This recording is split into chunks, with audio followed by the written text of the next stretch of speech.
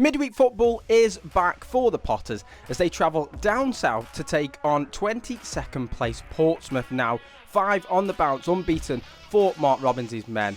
Bit more stability back in, and hopefully the latter stages of the season with the 19 games that we've got left, hopefully just a bit more of a constant, a bit more of a stability back in, and we've already seen that with Mark Robins. So hopefully they take the 3 points away with them from Fratton Park. But with that, will Robins look to make any changes in his lineup for this game? Midweek football, a game against Oxford on Saturday as well.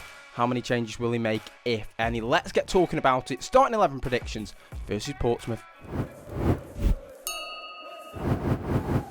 Now, before we get into it, I realised on camera, it looks like I've got a bit of lip filler. I haven't. It's just, when it's that time of the kind of the year, the calendar season, where it's a bit cold and your face dry and my eczema flares up and then my lips are gone. It is just my lips are dry. I haven't had lip filler, I promise.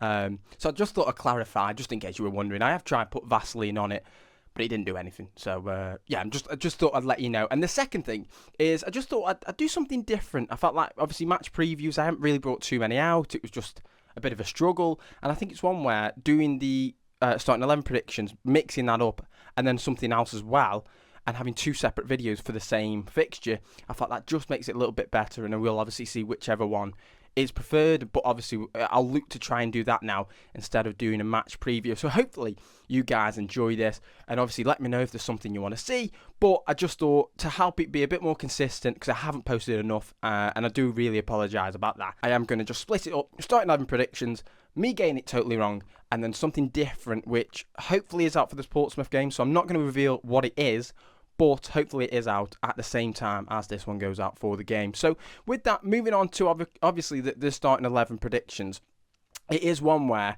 how many changes has Mark Robins got on offer? So not looking at how many does he want to make, or if he does want to make any changes, is it a case of because of the injuries, he hasn't got a load of players available to make changes that he feels will maintain that quality and maintain that bit of tempo and consistency that we've had in them 5 games unbeaten. So looking at that injury list in terms of for Stoke, 8 players I've got that are injured. You've got the likes of Millie Manouf with his knee injury. You've got hamstring injuries for the likes of Sam Gallagher. Ben Pearson playing 45 minutes in the game against Rochdale for the under-21s. That video where I went to both the City game and the Rochdale game will be out very, very soon, in terms of looking at the academy. Then you've got the likes of Eric Bocat, obviously would be battling out with Ender Stevens. You've got the likes of Jordan Thompson as well. Sol Sidibe, that's got a lower back injury that's recently come up. And then you've got the likes of, say, Lyndon Gooch and Ben Gibson, which I'm not too sure what the injuries are with him and how long, or if it is just a short period of time that they're out for. You look at it, and that's 8 injuries. In terms of first teamers as well, that obviously, yes, might not be instant starters, but obviously would be on the bench, and Mark Robins would look to bring them on if you felt like a certain player needed a rest or needed to come off to maintain that rhythm and that kind of pace that he has in the game. And I think in the West Brom game, we saw that players were going to get tired. It was always going to be that. We were against tough opposition, and the likes of, say, Junior Shamadou, who's running his socks off, working hard, attacking and defending against tough opposition in terms of their wingers.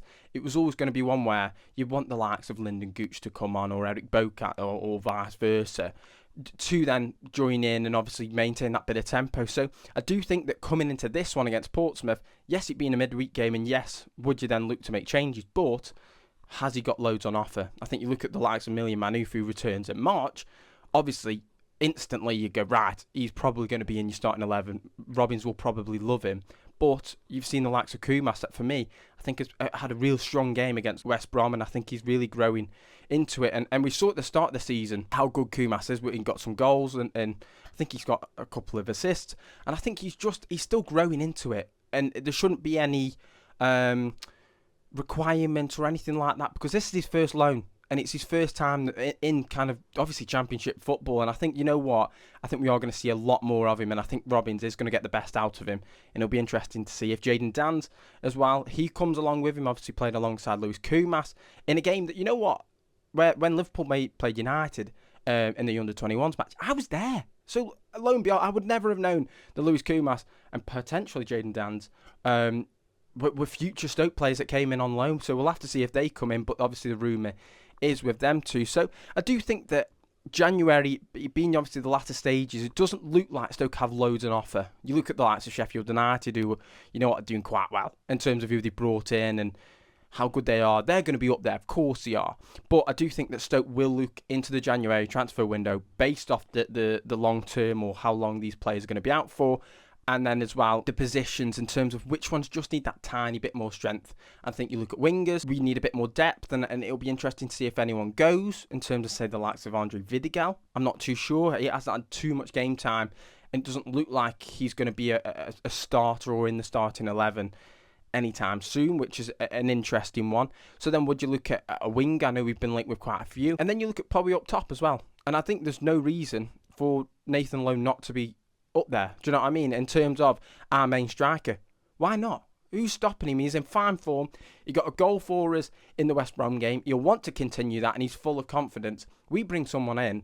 There's no way that Nathan Lowe gets topped instantly. Do you know what I mean? It's going to be a massive battle, and I think it is one where it'll be interesting to see what kind of striker. Is it more experienced, or is it one like, say, Jayden Dans, who will obviously battle it out with Lowe for a position to lead the line? So with that, we're going to get straight into the starting 11. How many changes will Robins make?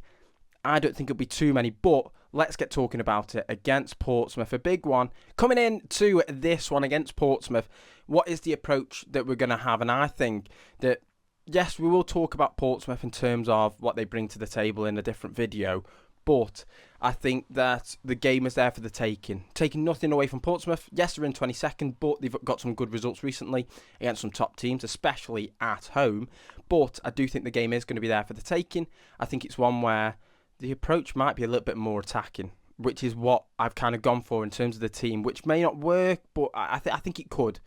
So for me, I have made one change that I reckon he might make. He might not make any, and it would not surprise me. I was kind of 50-50 on keeping it an unchanged team or just this one change, and the one change is a bit more of an attacking one. So with that, Victor Johansson in goal. I think it's obviously, is there any more words I can say about him? I think he's fantastic. Obviously got the captain's armband now as well. Honestly, the fact that obviously at the start of the season a couple of people questioned him, you look at him now, everybody absolutely loves him. It's great to see him. He's a top keeper that, has been our signing of the summer. Yes, obviously Tom Canham was up there, but he's gone now. And he is obviously our main man right now. And honestly, there's something about Victor Johansson in terms of everything he brings to the table, not just on the pitch, off the pitch as well. It's absolutely stunning. So obviously him in net. Then the back four, I'm going to keep it with the exact same. So your two centre-halves are Wilmot and Ashley Phillips. Hopefully, obviously, I'm pretty sure, Ashley Phillips, can he get recalled? I don't know. Was there a deadline like the Tom Canham one? I'm not too sure. But they're striking up a really nice partnership at the moment, Wilmot and Phillips. Stevens on the left, Shamadou on the right. I think both of them two had a real good game against West Brom. Against tough opposition. You got Tom Fallows that Ender Stevens had to go up against. I can't think who played on the other side on Junior Shamadou. I can't think who it was. It wasn't Grady Diangana, was it? Or did he play? I'm not too sure. It might have been him. But I think what both of them bring to the table, that experience on the left-hand side from Ender Stevens, how to play the game. He knows exactly about the Championship, and I think he's fantastic. When he stays fit, he is such a good permanent fixture to have in your starting 11. And hopefully we keep him fit. And obviously it's one where, say when Bocat comes back, it is a matter of what's the approach to the game. Are we thinking, let's go a bit more defensive with the likes of Ender Stevens, or can we go at them on the left flank? Then you'd obviously bring in Eric Bocat. But for me, obviously, Ender Stevens keeping his place. And then Shamadou on the right. Honestly, I absolutely love Junior Shamadou. I think he's a fantastic player, and he's growing every single game. Yes, there's moments where he'll make a mistake, but you see the amount of times he tries to play an offensive pass or an attacking pass that works, and it's fantastic. And sometimes you won't see people talk about it because it doesn't result in a goal, but I think his work rate's fantastic. The thing is, he obviously had big shoes to fill because Kiana Hoover turned into an instant fan favourite, was getting on the goals, was always up the end of the pitch, but obviously even he had weaknesses in terms of his defensive part of the game, but obviously was a fan favourite. For me, Shamadou was doing really, really well, and I'm really pleased to see, and it's great to see that, yes, attacking wise, he's getting up there, he's getting involved, and it's really good to see that his link-up's getting better, bit more fluidity, and obviously him getting involved in terms of coming inside, making them more offensive passes and looking more attacking, but also defensively.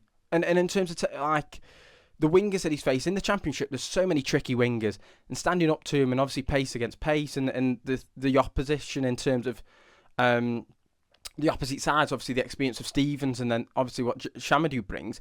It's one where it's really good to see, and I really like Shamadou, and I think the recent games, especially in these 5 unbeaten, he has been one of the top key players, and hopefully he continues that, and obviously, hopefully he's allowed to do that in this Portsmouth game. So that is my back 4.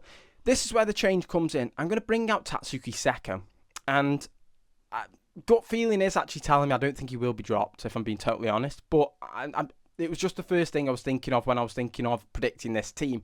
So I am going to go for Wouter Berg, and I'm going to go for Lewis Baker. Now, you could say that in a double pivot, will it work? But we have seen before, when you have a double pivot, do you need one that's really defensive? Obviously, Lewis Baker can play in that 8 role. It's obviously, will Wouter Berg play in a more deeper role, especially under Robins? I'm not too sure. I think, obviously, Seko offers you that deeper lying midfielder to then allow other midfielders to push on when the likes of, say, Lewis Baker. So will that happen? I'm not too sure. But ahead of them in the 10, I would then put Andrew Moran. I love Andrew Moran in the 10. I think he's been playing really well on the right, but I would then put him in the 10 ahead of, say, Berger, who played there in the West Brom game. And I think attacking-wise, if the approach to the game in terms of this one was more attacking, I think having Moran in the 10, then Berger and Baker behind him, yes, obviously, maybe could leave us a little bit vulnerable. But if we're going at the team and we're on the ball and looking to be more offensive, yes, Tatsuki does bring that. And I really like Tatsuki Seko. But I think recently he has been a tiny bit sloppy in terms of his passing. And he's trying to play that offensive ball, more attacking pass. And sometimes, obviously, it won't work. But maybe trying this one, trying something different. I'm not too sure. I don't think it will work. It will work. I don't think it will happen.